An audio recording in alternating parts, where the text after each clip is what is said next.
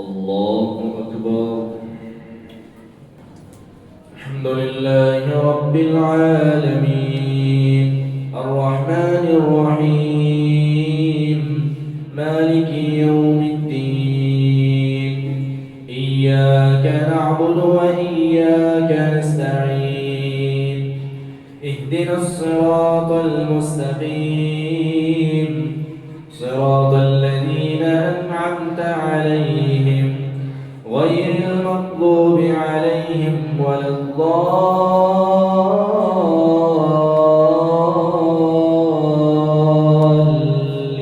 الضالين آمين. ولما جاءت رسلنا لوطا سيء بهم وضاق بهم ذرعا وقال هذا يوم عصيب وجاءه قومه يهرعون إليه ومن قبل كانوا يعملون السيئات قال يا قوم هؤلاء بناتي هن أطهر لكم فاتقوا الله ولا تخزون في ضيفي أليس منكم رجل رشيد قالوا لقد علمت ما لنا في بناتك من حق وإنك لتعلم ما نريد قال لو أن لي بكم قوة أو آوي إلى ركن شديد قالوا يا لوط إنا رسل ربك لن يصلوا إليك فأسر بأهلك بقطع من الليل ولا يلتفت منكم أحد إلا امرأتك إنه مصيبها ما أصابهم إن موعدهم الصبح أليس الصبح بقريب فلما جاء أمرنا جعلنا عاليها سافلها وأمطرنا عليها حجارة من سجيل منضود مسومة عند ربك وما هي من الظالمين ببعيد وإلى مدين أخاهم شعيبا قال يا قوم اعبدوا الله ما لكم من إله غيره ولا تنقصوا المكيال والميزان إني أراكم بخير وإني أخاف عليكم عذاب يوم محيط ويا قوم أوفوا المكيال والميزان بالقسط ولا تبخسوا الناس أشياءهم ولا تعثوا في الأرض مفسدين بقية الله خير لكم إن كنتم مؤمنين وما أنا عليكم بحفيظ قالوا يا شعيب أصلاتك تأمرك أن نترك ما يعبد آباؤنا أو أن نفعل في أموالنا ما نشاء إنك لأنت الحليم الرشيد قال يا قوم أرأيتم إن كنت على بينة من ربي ورزقني منه رزقا حسنا وما أريد أن أخالفكم إلى ما أنهاكم عنه إن أريد إلا الإصلاح ما استطعت وما توفيقي إلا بالله عليه توكلت وإليه أنيب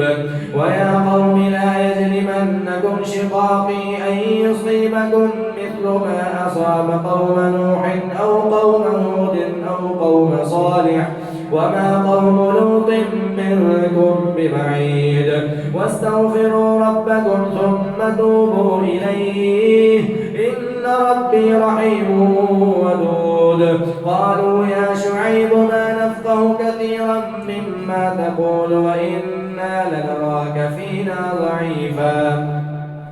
ولولا رهطك لرجمناك وما أنت علينا بعزيز قال يا قوم أرهطي أعز عليكم من الله واتخذتموه وراءكم ظهريا إن ربي بما تعملون محيط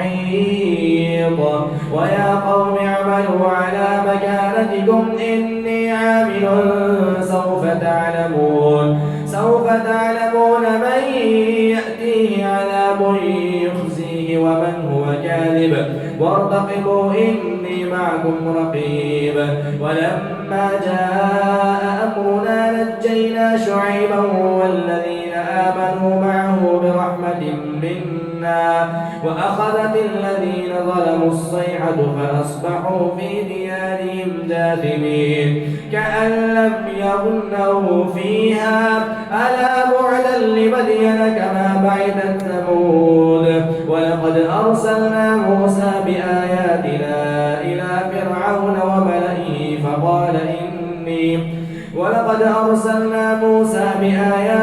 وسلطان مبين إلى فرعون وملئه فاتبعوا أمر فرعون وما أمر فرعون برشيد يقدم قومه يوم القيامة فأوردهم النار وبئس الورد المورود وأتبعوا في هذه لعنة ويوم القيامة بئس الرفد المرفود. ذلك من أنباء القرى نقصه عليك منها قائم وحصيد.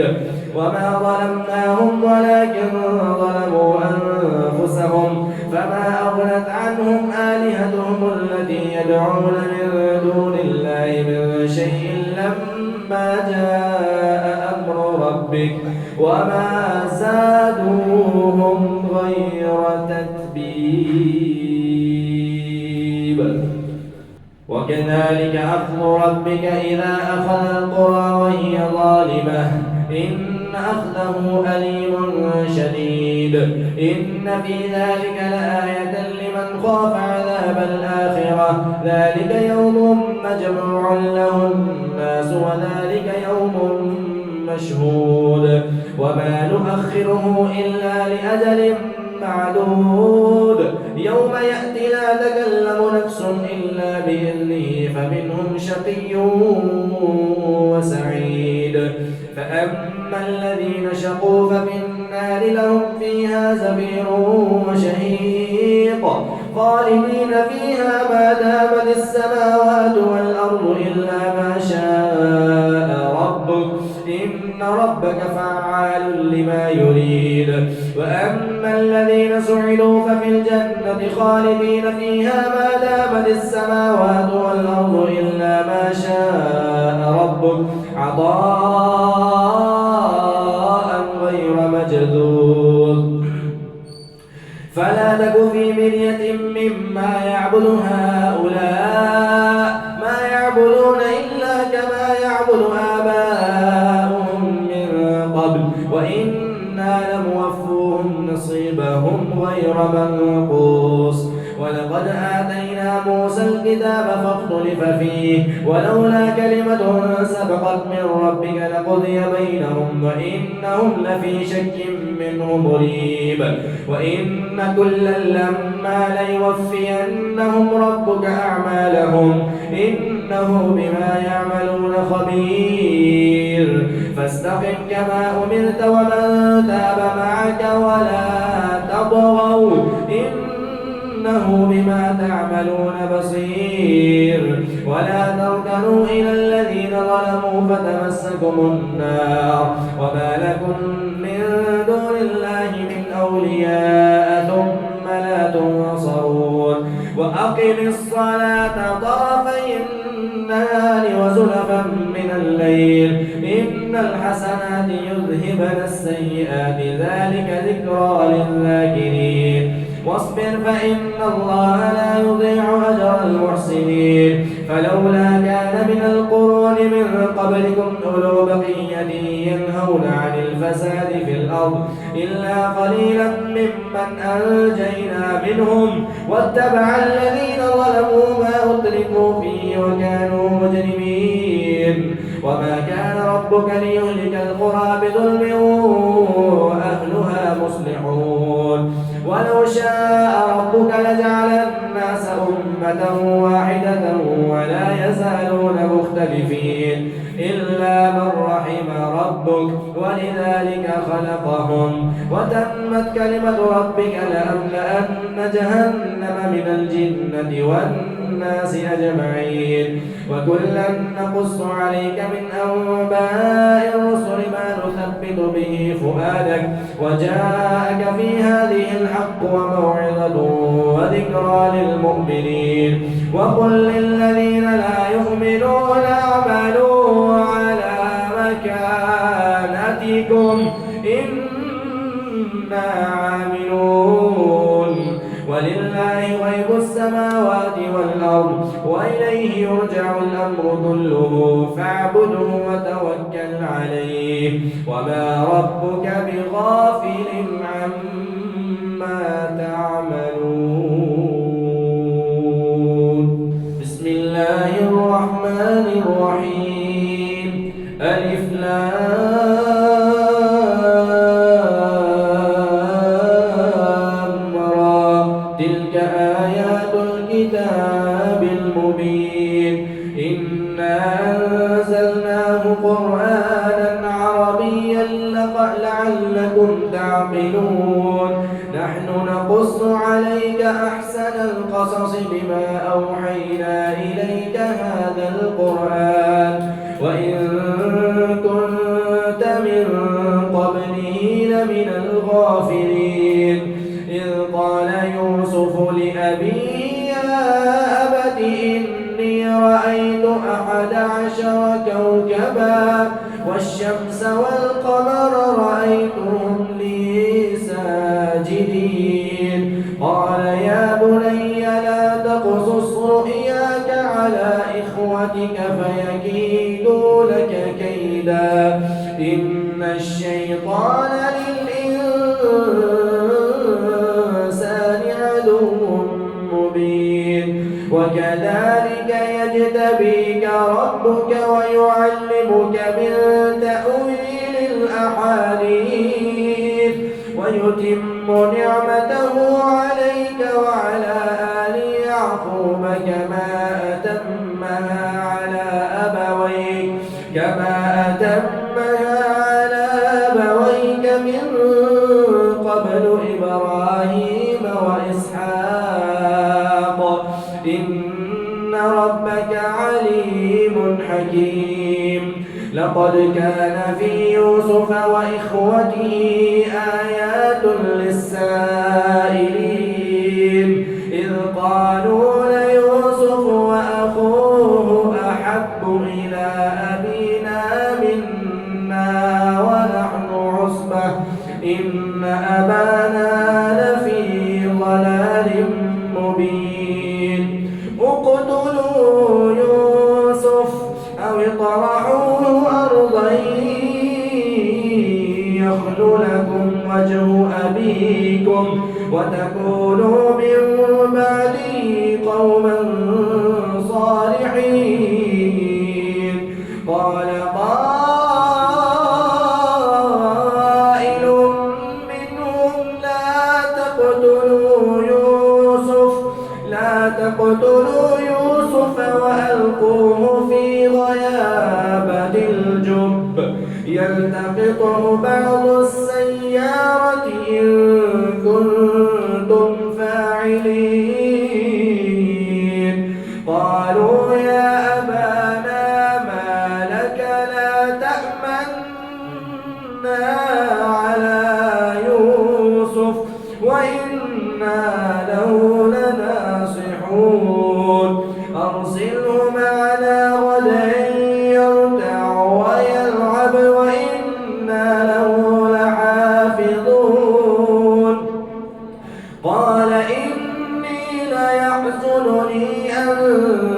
تذهبوا به وأخاف أن يأكله الذئب وأنتم عنه غافلون قالوا لئن أكله الذئب ونحن عصبة إنا إذا لخاسرون فلما ذهبوا به وأجمعوا أن يجعلوا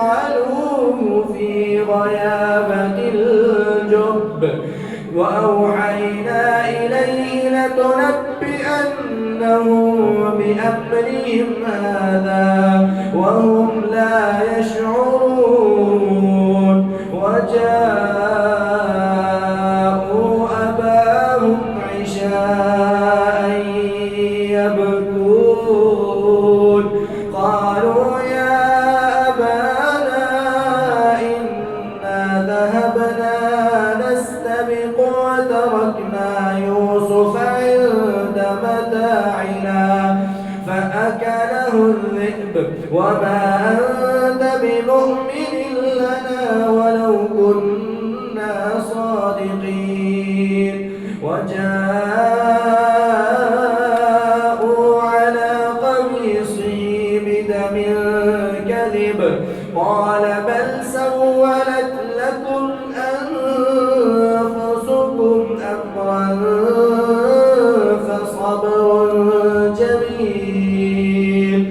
فصبر جميل والله المستعان على ما تصفون وجاءت سيارة فأرسلوا والدهم فأدلى دلوه قال يا بشرى هذا غلام وأسروه بضاعة والله عليم بما يعملون وشروا بثمن بخس دراهم معدودة وكانوا فيه من الزاهدين وقال الذي اشتراه من مصر لامرأته أكرمي مثواه عسى أن ينفعنا أو نتخذه ولدا وكذلك مكنا ليوسف في الأرض ولنعلمه من تأويل الأحاديث والله غالب على أمره ولكن أكثر الناس لا يعلمون ولما بلغ أشده آتيناه حكما وعلما وكذلك نجزي المحسنين وراودته التي هو في بيتها عن نفسه وغلقت الأبواب وقالت هيت لك قال معاذ الله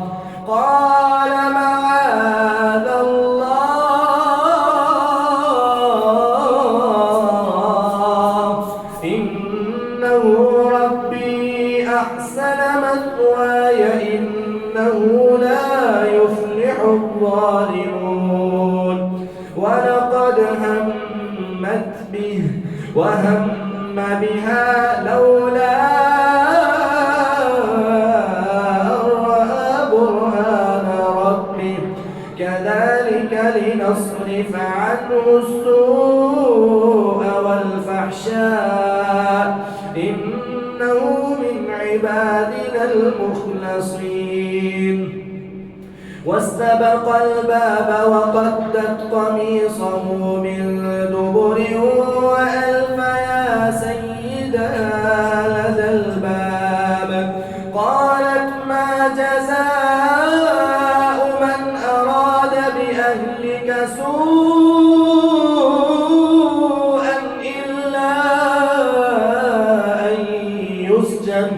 إلا أن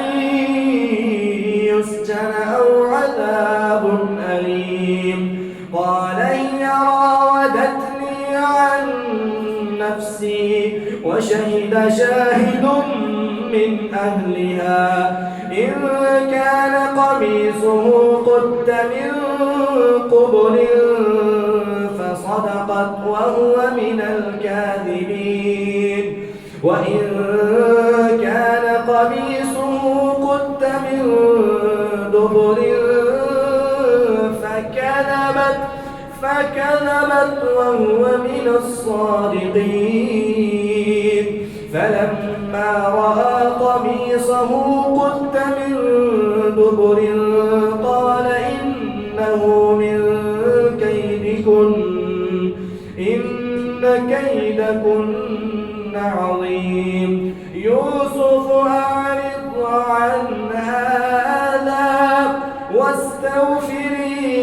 لذنبك إنك كنت من الخاطئين. وقال نسوة في المدينة امرأة العزيز تراود فتاها عن نفسه قد شغفها حبا إنا لنراها في ضلال مبين. فلما سمعت بمكرهن أرسلت إليهن وأعتدت لهن متكئا وآتت كل واحدة منهن سكينا وقالت اخرج عليهن فلما رأينه أكبرنه وقطعن أيديهن وقلن حاش لله ما هذا بشرا إن هذا إلا ملك كريم. قالت فذلكن الذي لمتنني فيه ولقد راودته عن نفسه فاستعصم ولئن لم يفعل ما آمره ليسجنن وليكونن من الصاغرين. قال رب السجن أحب إلي مما يدعونني إليه وإلا تصرف عني كيدهن أصب إليهن وأكن من الجاهلين. فاستجاب له ربه فصرف عنه كيدهن إنه هو السميع العليم. ثم بدا لهم من بعد ما رأوا الآيات ليسجننه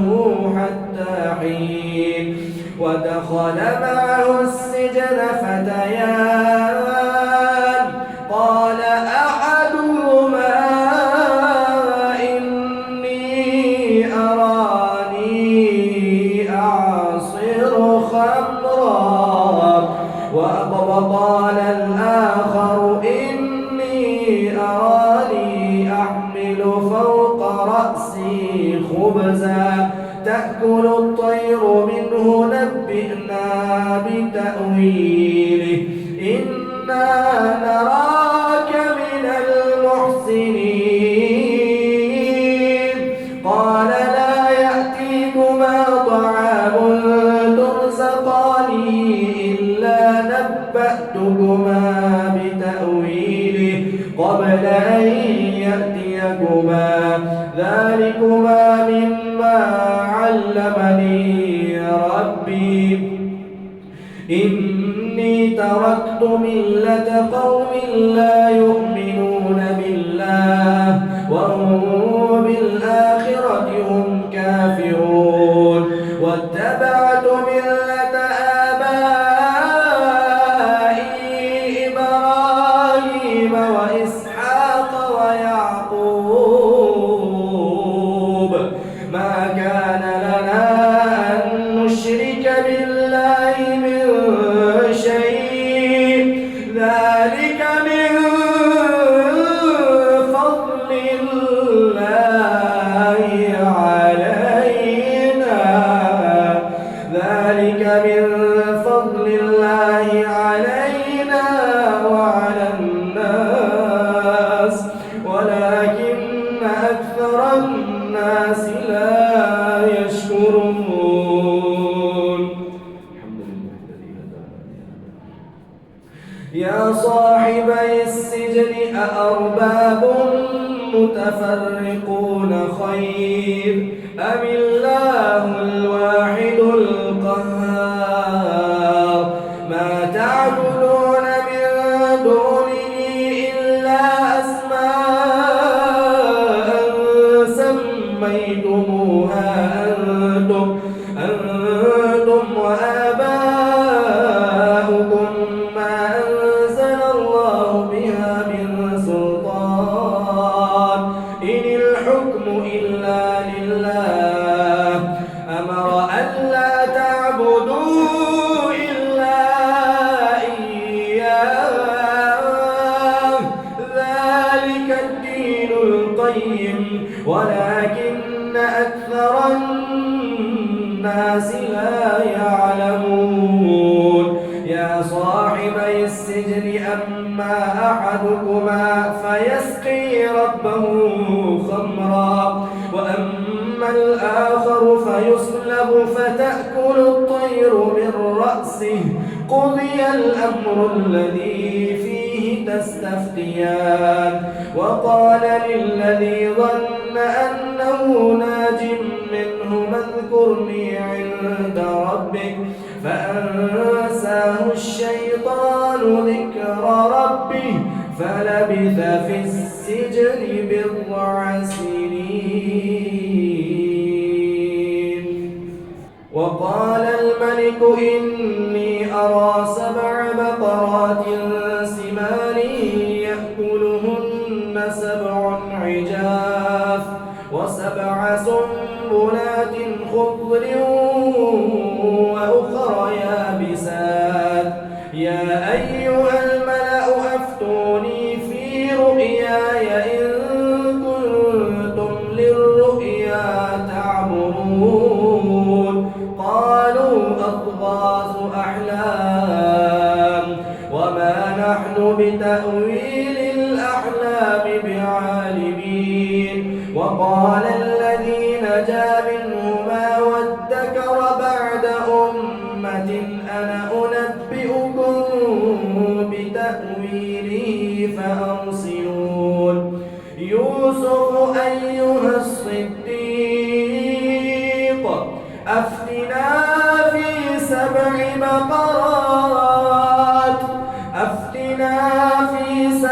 بقرات سمان يأكلهن 7 عجاف و7 سنبلات خضر وأخر يابسات لعلي أرجع إلى الناس لعلهم يعلمون قال تزرعون 7 سنين دأبا فما حصدتم فذروه في سنبله إلا قليلا مما تأكلون ثم يأتي من بعد ذلك 7 شداد يأكلن ما قدمتم لهن إلا قليلا مما تحصنون ثم يأتي من بعد ذلك عام فيه يغاث الناس وفيه يعصرون وقال الملك ائتوني به فلما جاءه الرسول قال ارجع إلى ربك فاسأله ما بال النسوة اللاتي قطعن أيديهن إن ربي بكيدهن عليم قال ما خطبكن إذ راوتن يوسف عن نفسه قلنا حاش لله ما علمنا عليه من سوء قالت امرأة العزيز الآن حصحص الحق أنا راودته عن نفسي وإنه لمن الصادقين ذلك ليعلم أني لم أخنه بالغيب وأن الله لا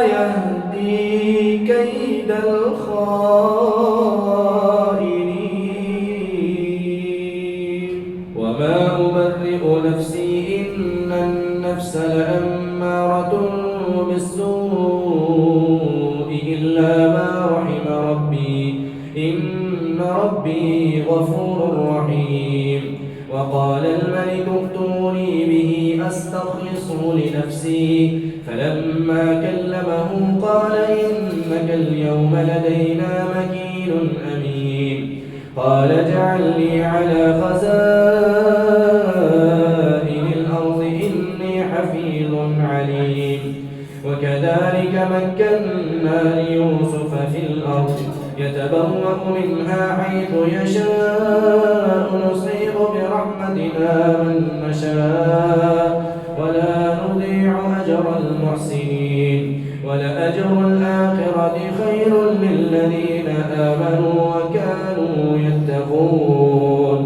وجاء إخوة يوسف فدخلوا عليه فعرفهم وهم له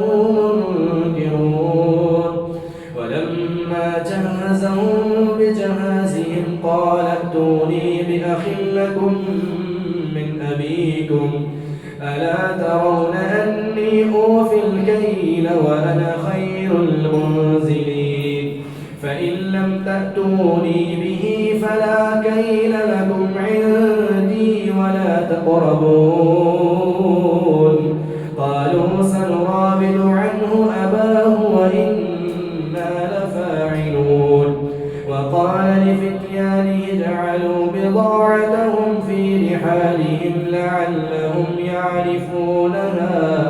لعلهم يعرفونها إذا انقلبوا إلى أهلهم لعلهم يرجعون فلما رجعوا إلى أبيهم قالوا يا أبانا منع منا الكيل فأرسل معنا أخانا نكتل وإنا له لحافظون قال هل آمنكم عليه إلا كما أمنتكم على أخي من قبل فالله خير حافظا وهو أرحم الراحمين ولما فتحوا متاعهم وجدوا بضاعتهم ردت إليهم قالوا يا أبانا ما نبغي هذه بضاعتنا ردت إلينا ونمير أهلنا ونحفظ أخانا ونزداد كيل بعير ذلك كيل يسير قال لن أرسله معكم حتى تؤتون موثقا من الله لتأتونني به إلا أن يحاط بكم فلما آتوه موثقهم قال الله على ما نقول وكيل وقال يا بني لا تدخلوا من باب واحد وادخلوا من أبواب متفرقة وما أغني عنكم من الله من شيء إن الحكم إلا لله عليه توكلت وعليه فليتوكل المتوكلون فلما دخلوا من حيث أمرهم أبوهم ما كان يغني عنهم من الله من شيء إلا حاجة في نفس يعقوب قضاها وإنه لذو علم لما علمناه ولكن أكثر الناس لا يعلمون ولما دخلوا على يوسف آوى إليه أخاه قال إني أنا أخوك فلا تبتئس بما كانوا يعملون فلما جهزهم بجهازهم جعل السقاية في رحل أخيه ثم أذن مؤذن أيتها العير إنكم لسارقون قالوا وأقبلوا عليهم ماذا تفقدون قالوا نفقد صواع الملك ولمن جاء به كل بعيد وأنا به زعيم. قالوا تالله لقد علمتم ما جئنا لنفسد في الأرض وما كنا سارقين. قالوا فما جزاؤه إن كنتم كاذبين. قالوا جزاؤه من وجد في رحله فهو جزاؤه كذلك نجزي الظالمين. فبدأ بأوعيتهم قبل وعاء أخيه ثم استخرجها من وعاء أخيه كذلك كدنا ليوسف ما كان ليأخذ أخاه في دين الملك إلا أن يشاء الله نرفع درجات من نشاء وفوق كل ذي علم عليم. قالوا إن يسرق فقد سرق أخ له من قبل فأسرها يوسف في نفسه ولم يبدها لهم. قال أنتم شر مكانا والله أعلم بما تصفون. قالوا يا أيها العزيز إن له أبا شيخا كبيرا فخذ أحدنا مكانه إنا نراك من المحسنين. قال معاذ الله أن نأخذ إلا من وجدنا متاعنا عنده إنا إذا لظالمون. فلما استيئسوا منه خلصوا نجيا. قال كبيرهم ألم تعلموا أن أباكم قد أخذ عليكم موثقا من الله ومن قبل ما فرطتم في يوسف فلن أبرح الأرض حتى يأذن لي أبي أو يحكم الله لي وهو خير الحاكمين.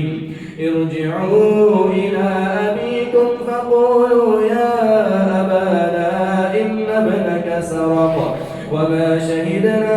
إلا بما علمنا وما كنا للغيب حافظين.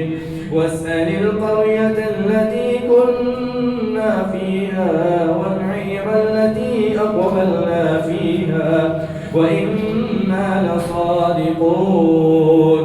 قال بل سولت لكم أنفسكم أمرا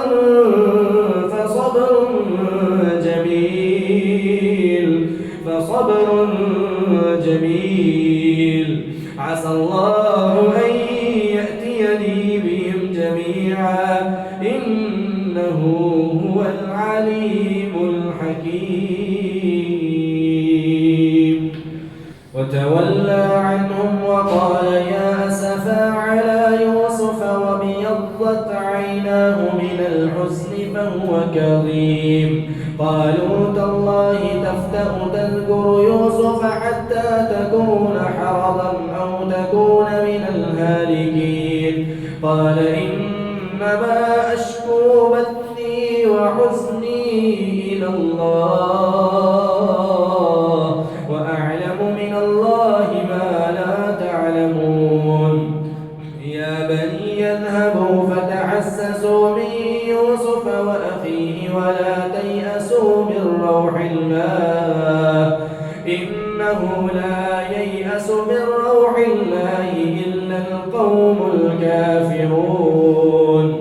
فلما دخلوا على يوسف آوى إليه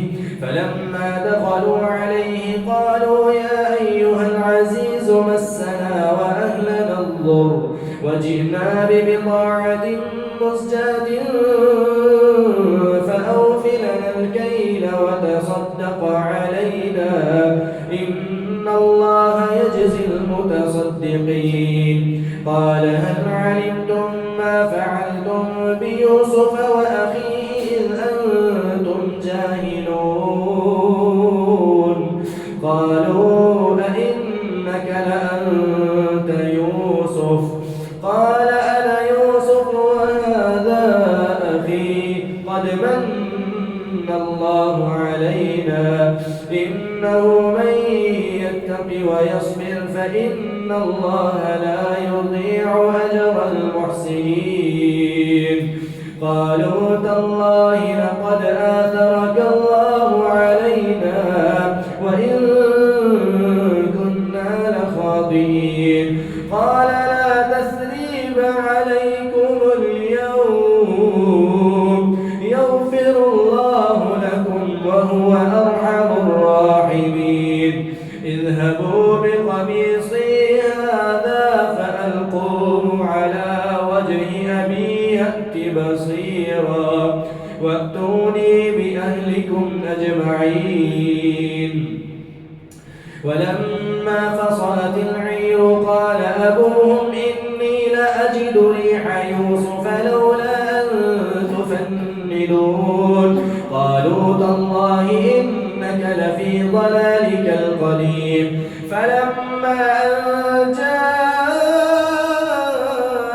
البشير ألقاه على وجهه فارتد بصيرا قال ألم أقل لكم إني أعلم من الله ما لا تعلمون قالوا يا أبانا استغفر لنا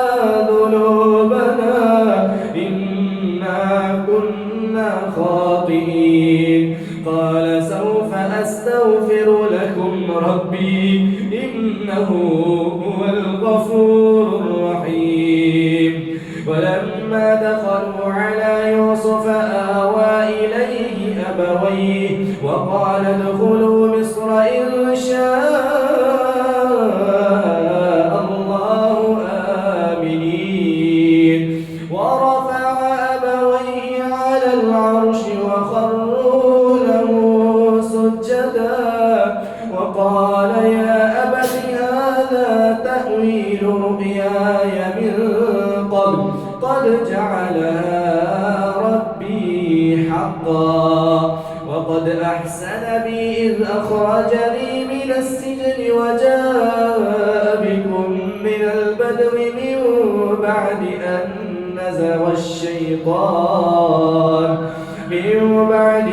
نزغ الشيطان بيني وبين إخوتي إن ربي لطيف لما يشاء إنه هو العليم الحكيم رب قد آتيتني من الملك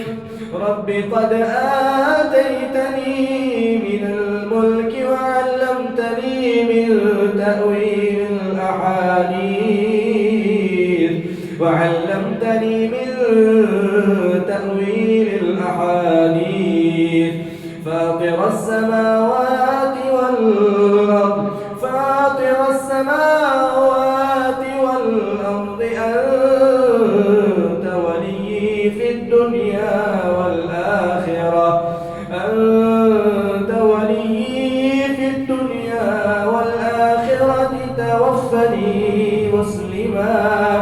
توفني مسلما وألحقني بالصالحين ذلك من أنباء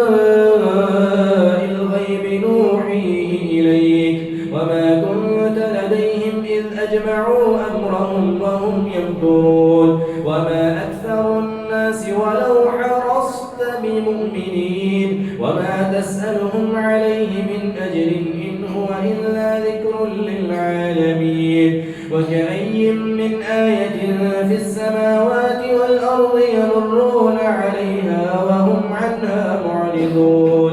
وما يؤمن أكثرهم بالله إلا وهم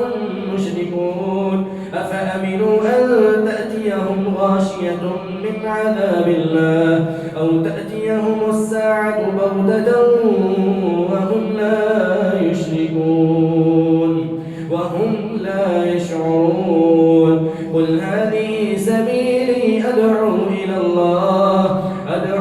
الله على بصيرة أنا ومن اتبعني وسبحان الله وما أنا من المشركين وما أرسلنا من قبلك إلا رجالا نوحي إليهم من أهل القرى أفلم يسيروا في الأرض فينظروا كيف كان عاقبة الذين من قبلهم ولدار الآخرة خير للذين اتقوا أفلا تعقلون حتى إذا استيأس الرسل وظنوا أنهم قد كذبوا جاءهم نصرنا فنجي من نشاء ولا يرد بأسنا عن القوم المجرمين لقد كان في قصصهم عبرة لأولي الألباب ما كان حديثا يفترى ولكن تصديق الذي بين يديه وتفصيل كل شيء